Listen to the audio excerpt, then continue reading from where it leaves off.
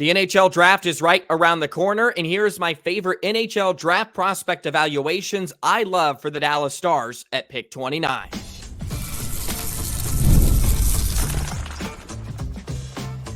Your Locked On Stars, your daily podcast on the Dallas Stars.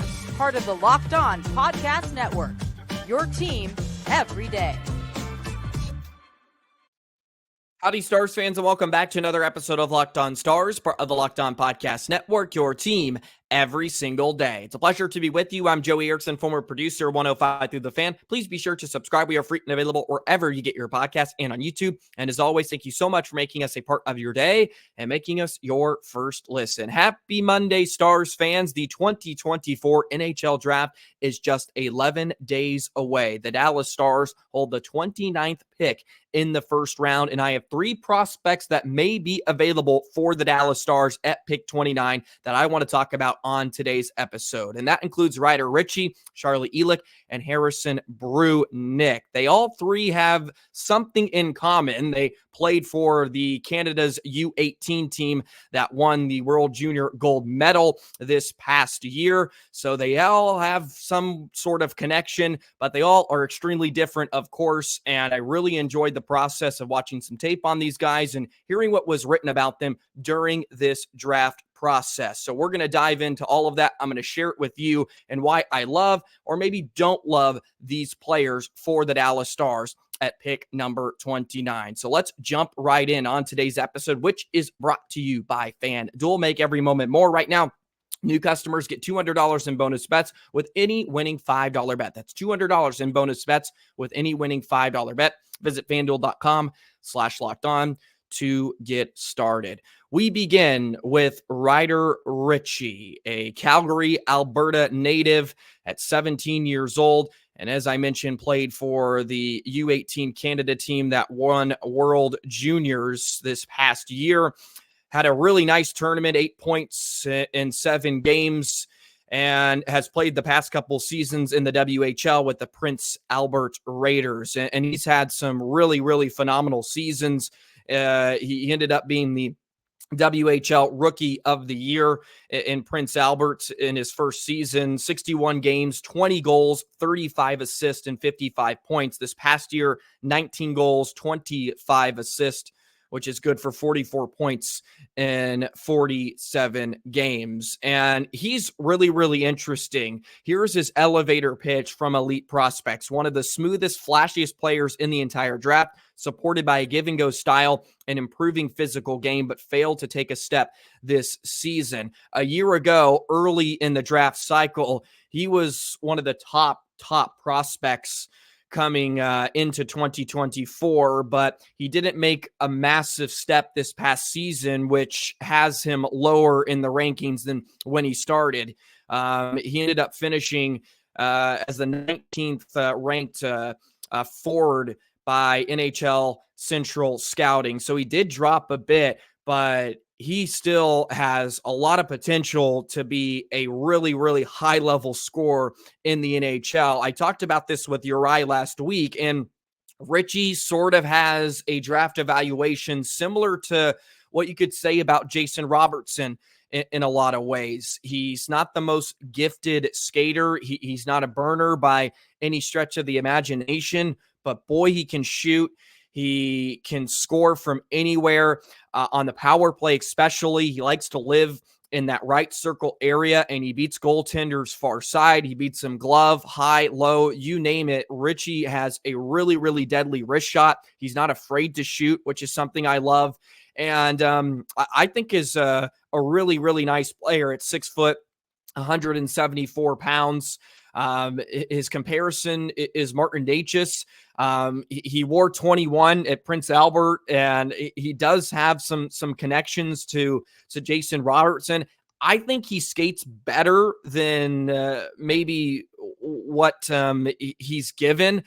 He looks like he plays faster than it really looks. When he played with the U18 team in Canada, he played alongside Tijagila, who, of course, is expected to go somewhere within the top 15 picks, and certainly that helped him. But off the rush, he's really, really creative, and I think he's a really, really gifted passer. That was something I really took out of watching his tape, especially on the power play. Something that Jason Robertson is not necessarily, I would say, strong at is his play beneath the goal line. And something that really stood out to me about Ritchie was his ability to make plays behind the inline, especially on the power play, behind the net, and finding guys in soft spots in the slot. He makes some excellent passes and some excellent reads to set up guys. And I think it is overall a really, really nice winger. If you look at his ratings, his attribute ratings, they give a score from 1 to 9. His skating's at 5, 6.5 for shooting, 6 for passing, 7 for puck handling, a 6 for hockey sense, and a 4.5 for physical. It says Ritchie never really took the steps necessary to keep pace with the other top-end prospects. He fell down the board, but his potential remains near the top of the draft class. By pure speed, Ritchie's not a burner, but his functional pace, the speed at which he makes plays, is among the draft's highest. At full speed, he dangles opponents, slips passes through them, and shoots in stride. He's able to shoot off his right foot, off his left foot, you name it. He really is a talented goal scorer, and he sniffs around and he finds the puck on his stick. And as they mentioned, I think he plays faster than his foot speed, sort of lulls the defense to sleep. And he can make plays because he's really, really cerebral. And I think if you put him with someone that plays with a bit faster pace, he can be really, really good. And that's something I really enjoyed watching with Ryder Ritchie. And look, you have to give me some grace. I did watch just his highlights, right? And you're only going to see a lot of the good stuff. I didn't see any shift by shift performances with Ryder Ritchie. So I'm not going to sit here and tell you he's the best thing since sliced bread, but I think is a really, really intriguing player. He's ranked at number 22 by Elite Prospects. I know in a lot of mock drafts, they have him going well before he even gets to Dallas, but you never know if he drops. And there could be some potential there. It says it's not without risk, but the potential for Ritchie to become a second-line scorer was too much to ignore at this stage of the draft. They do have some notes from some NHL scouts, and there's one from a Western Conference scout. The skating's an issue. He's got good tools, good hockey sense. The skating's an issue, though. Strikes me as a complimentary player. From an Eastern Conference scout, I think everyone expected more from him after being so good at 16. He didn't make many plays this year. The trend is certainly concerning. So there obviously is some scouts that feel he's really dropped off since a year ago. So maybe he finds himself in that pick at pick 29, and the Dallas Stars may get a really, really good value. I know there are some out there that think he's going to be a great value pick in this year's draft, but really, really liked his game. And I think he plays a really similar style to Jason Robertson in a lot of ways. You watch him on the power play and his ability just to change the point of attack. He finds others. He makes really, really great passes. He doesn't force a lot of plays.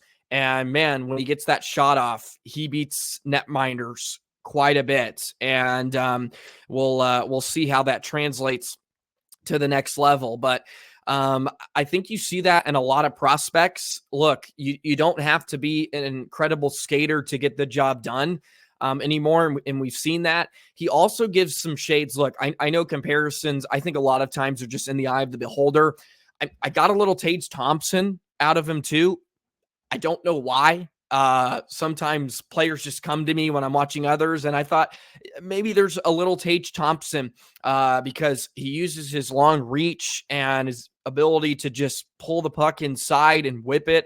Not as good of a shot as Tage Thompson at this point, but there were some characteristics in his game that reminded me a bit of Tage Thompson, and I think he's someone also that's not necessarily a gifted skater in a lot of ways, but he uses that short stick and he finds a way to get his release off, and he fools goaltenders a lot. And those are some of the things I picked up out of watching Ryder Ritchie. So a right winger that could be a possible option at pick number 29 for the Dallas Stars this year. So let's segue into a couple of defensemen. And first, we start with another Canadian, Charlie Elick, who played for the Brandon Wheat Kings of the WHL this past season. And we'll talk about him more in just a moment. Today's episode of Locked On Stars is brought to you by Policy Gene. Yes, a lot of life is unpredictable, but a good life insurance plan gives your family a financial safety net to protect against some of the unknowns. Policy Genius is the country's leading online insurance marketplace and makes choosing the right policy for your family easy and quick. Everybody knows your life insurance policy is going to be different from your friends, your neighbors, even your mom and dad. And with Policy Genius, you can find life insurance policies that start at just $292 per year for $1 million of coverage. Some options are 100% online and let you avoid unnecessary medical exams. It helps you easily compare your options from America's top insurers in just a few clicks. The award-winning agents can even walk you through the process step by step. They have no incentive to recommend one insurer over another, so you can trust their guidance. They just want to help you, and you want to help yourself. So go to Policy Genius to get peace of mind by finding the right life insurance policy with Policy Genius. Head to policygenius.com or click the link in the description to get your free life insurance quotes and see how much you could save. That's policygenius.com. So Charlie Elick, another Canadian-born right-handed defenseman, and we all know the Dallas Stars are looking for right-handed defensemen, and Charlie Elick could be an option at pick 29 as well. Made a really, really huge step with the Brandon Wheat Kings this season. In 65 games, 4 goals, 23 assists, and 27 points. In his rookie year, he had 11 points in 56 games. Of course, he was a part of that U18 team for Canada as well, had 3 assists in those 7 games. He's ranked 31st by the NHL Central Scouting among North American skaters. And look, I'll come out and say it. He's not the most thrilling watch. He is the opposite of what a lot of people like about Ryder Ritchie, and he's a little bit flashy, and he scores goals, and obviously totally different position. But Elick is not Miro Heiskanen, is what I would say, but a really, really intriguing prospect with a ton of good size, and I think really, really nice hockey sense as well. He's a bigger guy. He stands at 6'3", just under 200 pounds at 17 years of age. And look, I watched a game against the Moose Jaw that happened back in February, and he plays really, really calm. He plays with sort of I don't know if the right description is lack of urgency, but he almost plays so calm. It looks like he's not trying out there, but he's really physical. He finishes every check. He's really, really good defending at one-on-one, especially in the corners, but he has a lot of high-end skill, which is pretty rare to see with someone of that size, but you don't see it a ton. But when it pops out, it makes you flip your neck around. You're like, oh, wow, that was something. And I saw that immediately with one of the first plays I saw him make in this game against the Moose Jaw in February. He picks up the puck beneath the end line. He curls around his net. He has a forechecker trailing, and he also has a forechecker coming to meet him on the other side of the net. And he's on his backhand, and he makes this little flip pass through the middle of the rink right on the tape of his center. I don't think the center even knew he was an option on the play. And those are the type of plays he makes with really, really high-level skill that make you turn your head and like, whoa, where did that come from? And when he gets the puck on his stick, boy, he moves quickly, really, really good on his breakouts, tape-to-tape passes. And it's like, wow, that came out of nowhere. But as a defenseman in general, just really, really calm. I thought he defends well off the rush in a lot of ways. As I mentioned, I think really, really strong one-on-one. He did get lost a few times when things were really complex, but really, really strong on his assignments off the face-off. He stays with his man. He ties up. He's really, really physical, as I mentioned, and he did get beat a few times. If I had a knock on him, I think sometimes he plays with almost too much of just a calmness in a lot of ways. I think it gets him in trouble. If he gets beat, he gets beat. And he got beat a few times and gave up some breakaways in the game that I watched. And I think sometimes his calmness gets him in trouble. He doesn't make decisions almost quick enough, even though he's processing it. And I think if he played a bit more with his instincts, he'd get the puck off his stick a bit quicker, and he can make a few more plays. But I think you really, really got to like his raw potential. His elevator pitch from elite prospects, a mobile shutdown defenseman who takes pride in inflicting pain and creating the breakout offense is the question. There were 2 Charlie Elicks this season, the steady, calm international presence and the vicious, high-activity WHL defenseman. The level of adaptability speaks to Elick's maturity as a player, but this ranking emphasizes the exciting potential of the WHL version. He was ranked as the 26th prospect from elite prospects. Some industry chatter from a Western Conference scout. I'm not much of a fan. He's just too easy to play against. An Eastern Conference scout said big, physical, right shot defensemen are the hardest things to find. Sure, there's not much offense there, but guys like Charlie always play. And I will say this, his offensive game, look, it's not flashy. As I mentioned, he's not the stutter step, try to make you miss and find some space, but he makes simple and he makes the right plays more often than not. He gets the puck on his stick. He fires it towards the net. He gets his shot through. It finds the net. And he creates rebounds off of it. But I think he has tons of room to grow and find some more confidence as a defenseman offensively. But I think he has an innate responsibility to play defense and kind of lay back a bit. But I think the offensive potential is really there. So we'll see if it grows in the years to come.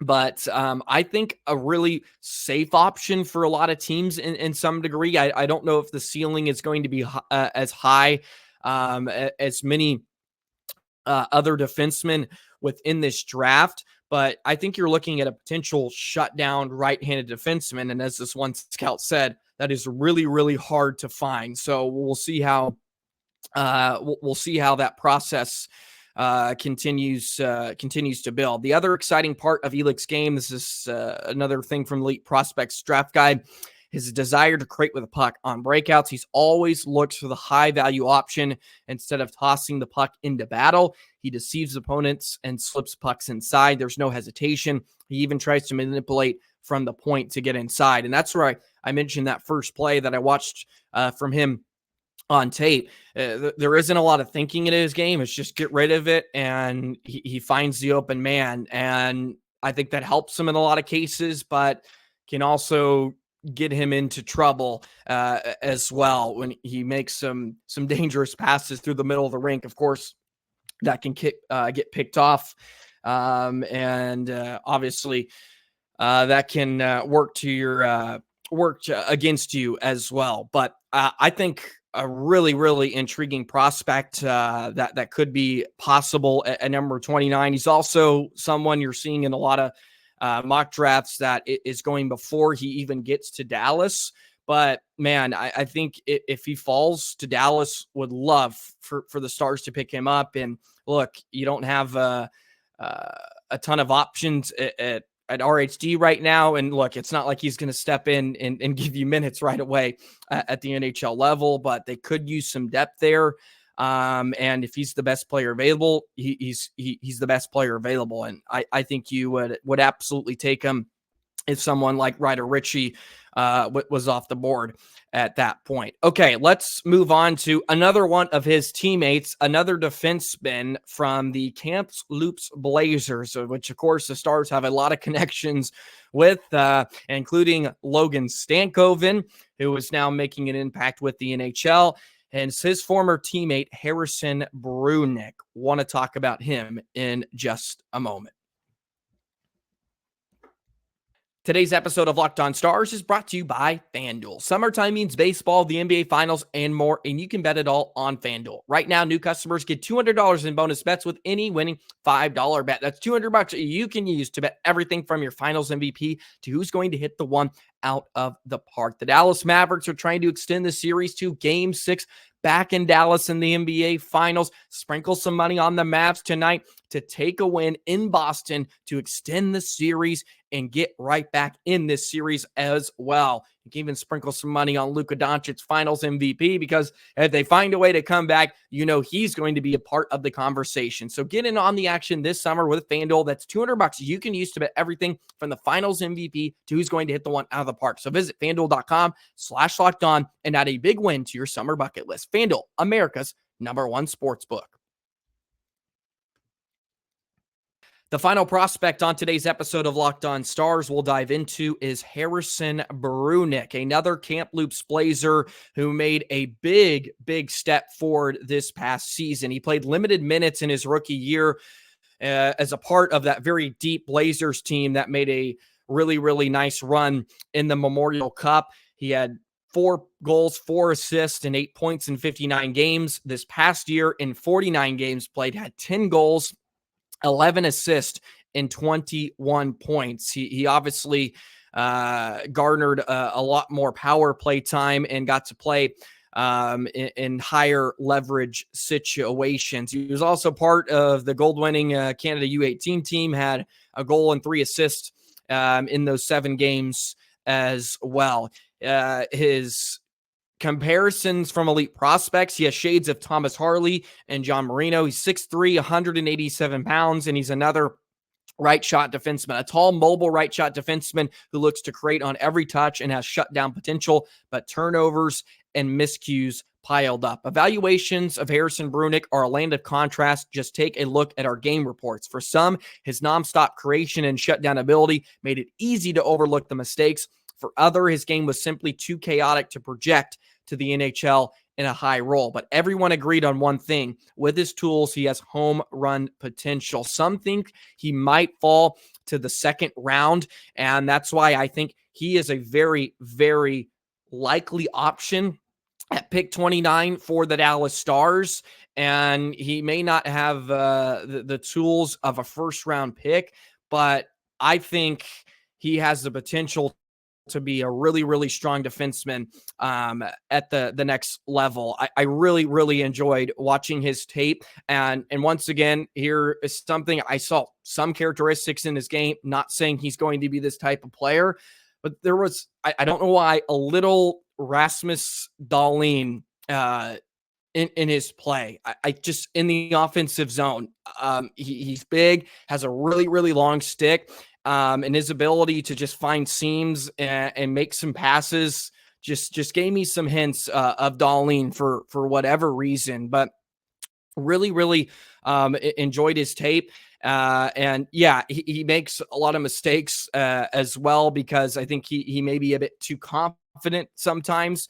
But there are a lot of scouts that are either in or out on him. Here comes from Western Conference scout. I don't really have a great feel for his game at either end of the ice, really. He looks like someone you take in the second round. To me, he's got the tools to play in the NHL, but his game is so inconsistent right now. From an Eastern Conference scout, he's big, mobile, kind of has that defensive defenseman potential in the NHL. I don't see a lot of offense there, though. I have a hard time seeing him making it out of the second round. Here's another one, which is a really big indictment. We're watching the same guy, right? Number 18 on Kamloops.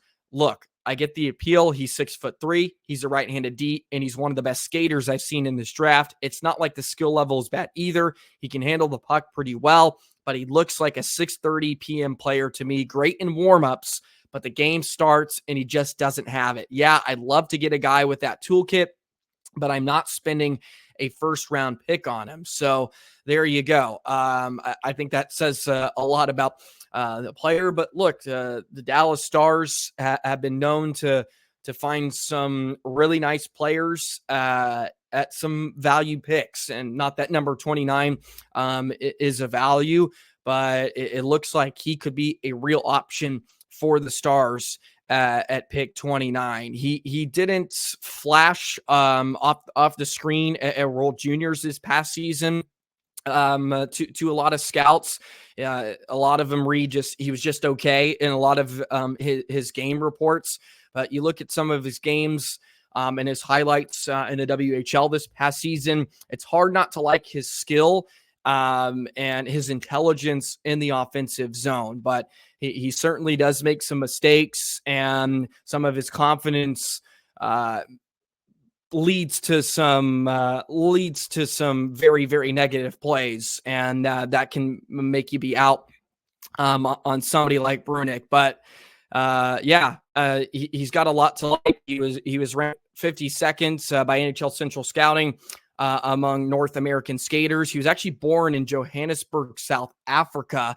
Really, really interesting story. He moved to Canada when he was about 2 years old with his dad. Was part of a company that they moved. Played soccer at a very high level as well. So he was a multi-sport athlete growing up, actually played soccer at a pretty high level. So really, really interesting. And as you can tell, someone that you're either in on or you really, really love. So I think you could see him slip in maybe to the end of the first round, just for a team that wants to take a flyer on him as a potential really, really high ceiling player, or he may fall in the second or even third round if you're not as high on him. So that's the prospect I wanted to finish up with, and he was the one I took in the Locked On NHL mock draft that we did this past week. It was Harrison Brunicke out of Camp Loops. So there you go. There are some NHL draft prospect evaluations for you on a Monday. 3 names to keep an eye out in just 11 days when the NHL draft takes place. The Dallas Stars hold the 29th pick of the first round, and they will have to wait a few more till their next pick in the 5th. So we'll see how Jim Nill goes about this year's draft. There is the potential for him trading back and getting some assets. So we'll have to see how it all takes place. But there are 3 names you can take a peek at, and really encourage you to go watch some tape on them, and give me your feedback as well in the comment section below. Please be sure to like, comment, subscribe. Appreciate all the support. Appreciate you joining me every day on this off season as we continue to talk about and dissect how we can make the Stars better and hopefully get over the hump next season. Well, that will do it for today's episode. Enjoy your Monday. Enjoy the rest of your day. And of course, we'll see you tomorrow. So long, Stars fans.